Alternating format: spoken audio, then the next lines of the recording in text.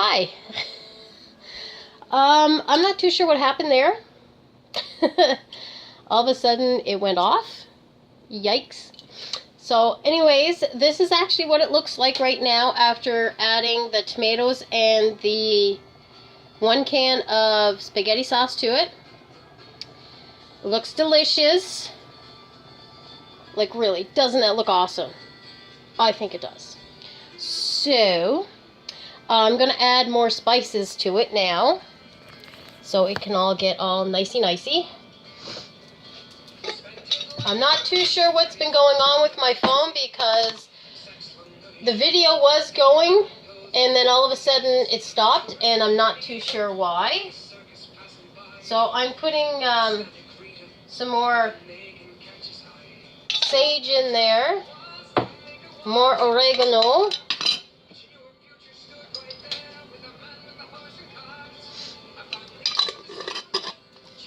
more parsley as well. Basically all the spices that I put in already, I'm putting more of them in. And I'll put cayenne pepper in there too. And the chili peppers. And the cumin.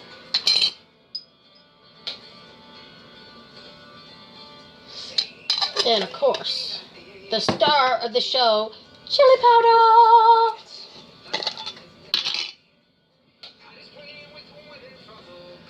And I'm putting a lot of that in there. And as I go, I'll probably be adding more depending. I'm going to mix this all up. And I am going to turn this down so it will be a light simmer. And so it won't boil over on me. But my goodness, this looks amazing. Let everything cook, and while everything is cooking, we are going to be making tea biscuits. Gluten-free tea biscuits.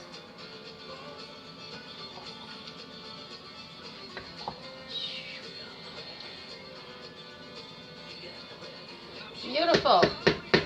It's all mixed now. I'm going to turn it down to low so it can be a gentle simmer. And it can do its thing. I'm going to move my spices back to where they belong. Except for my chili powder. I'll leave that out. Because more than likely I'll need more of it. Okay. Now,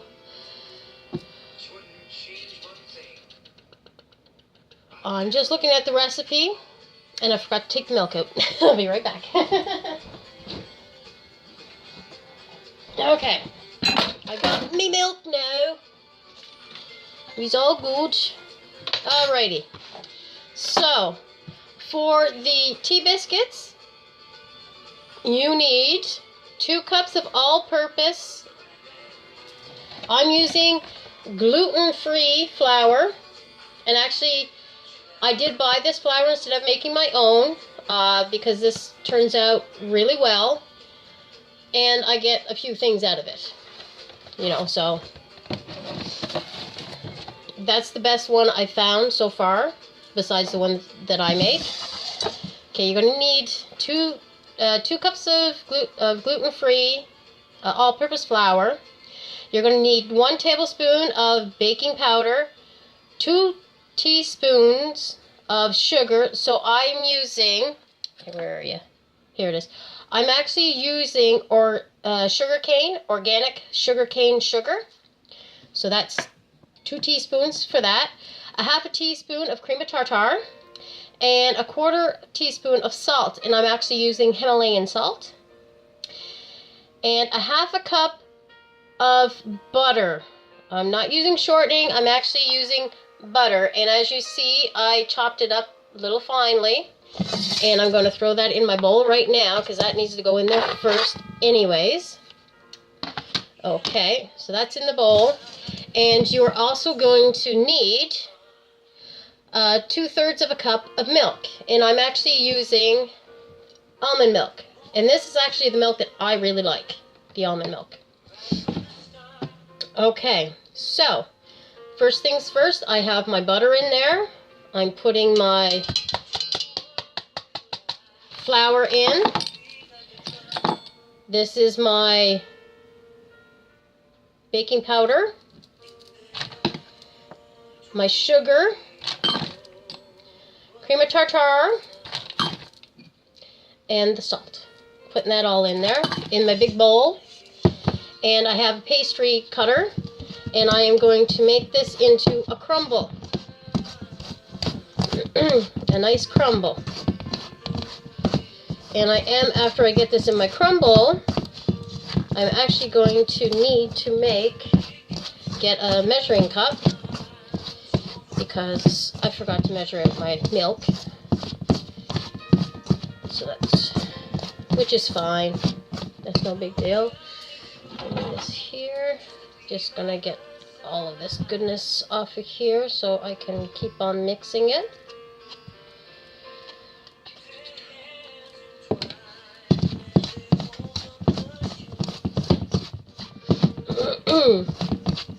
I'm just going to keep on mixing until you get to a crumble. Almost as if you're making a pie pastry, okay? It's the same kind of consistency because you want it nice and flaky, which I think we got it right there, pretty much. I'm just going to do a couple more things here.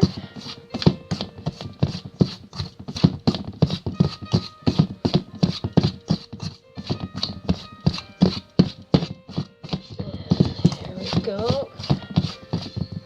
That's perfect. That's the way I want it. And I will show you what it looks like. This is what, see, there's still little chunks of butter in there, but you want that. You want it to look like a crumble. Okay, so when you get it to this point,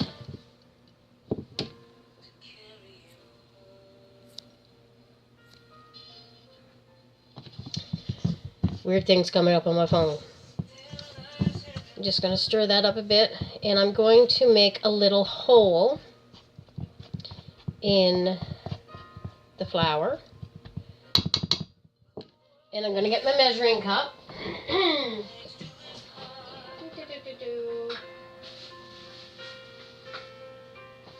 Okay.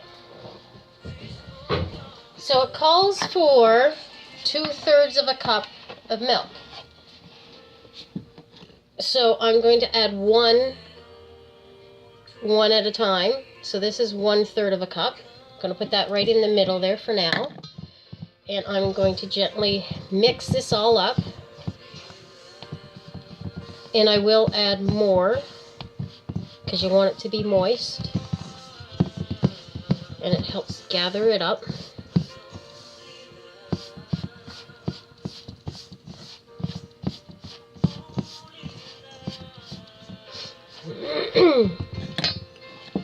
Okay. There we go. That's 2/3 of a cup now in there.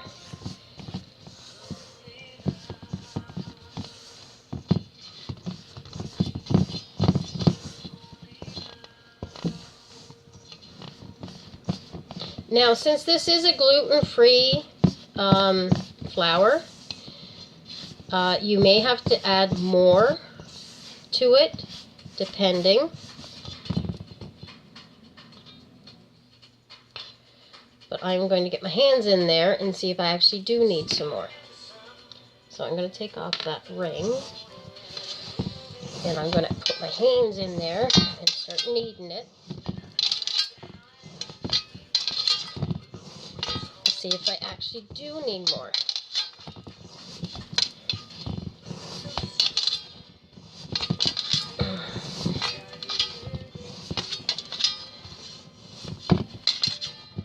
It's coming together, but I think I may need, well, I may not. seems to be coming together quite nicely, actually. Just have to knead it. Whoop, sorry. Yeah, we are good. So, gonna get that stuff off my hands for the moment, at least try to.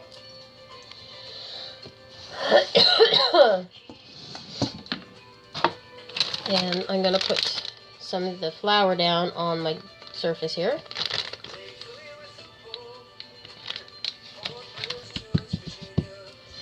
And I'm gonna, that's our dough. Get all this dough out and put right down on there. That there. Gonna give it another few turns so it's nice and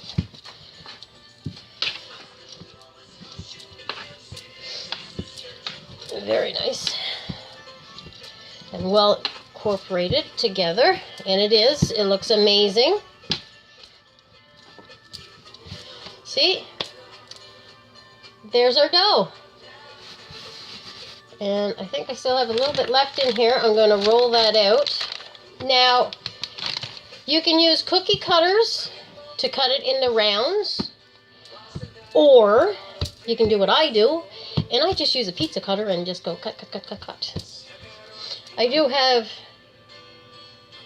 cookie cutters, but I just, you know, roll it out, and I use the pizza cutter because it's just for me, so it doesn't really have to be,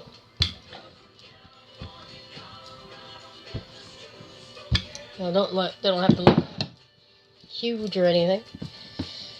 Okay, so I just rolled it out, and I'm just bringing it up to how I want them to be, so they're a nice height, so when they bake off, they're going to be really nice. And I'm just going to wash my hands at the moment to get this stuff off. Right back.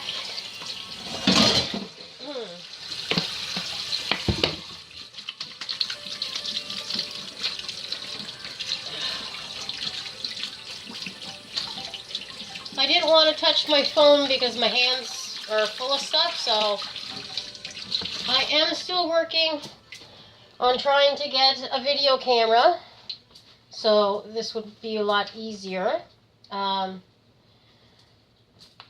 So, you know, that'll be really good. Okay, so my pizza cutter, and I just go this, and like this, and actually I'm going to pick you up. That's the ceiling. See, I cut lines, and it doesn't matter if they're straight or crooked or whatever, you know, or small or large or whatever. See? And that's them. And you can always just use your cookie cutters too. So now I'm just going to put them on my lined cookie sheet. Okay. I know a lot of people prefer them to be, you know, like a uniform shape and all this other stuff, which is great. That's fantastic. But when it's just me, it doesn't really matter to me. So they're on the cookie sheet now, and I am going to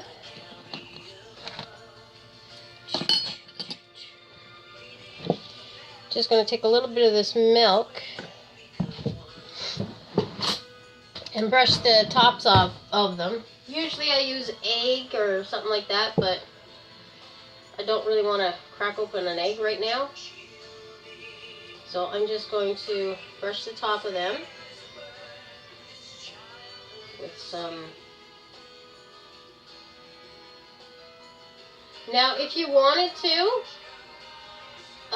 you could add like cinnamon to these or whatever you would prefer.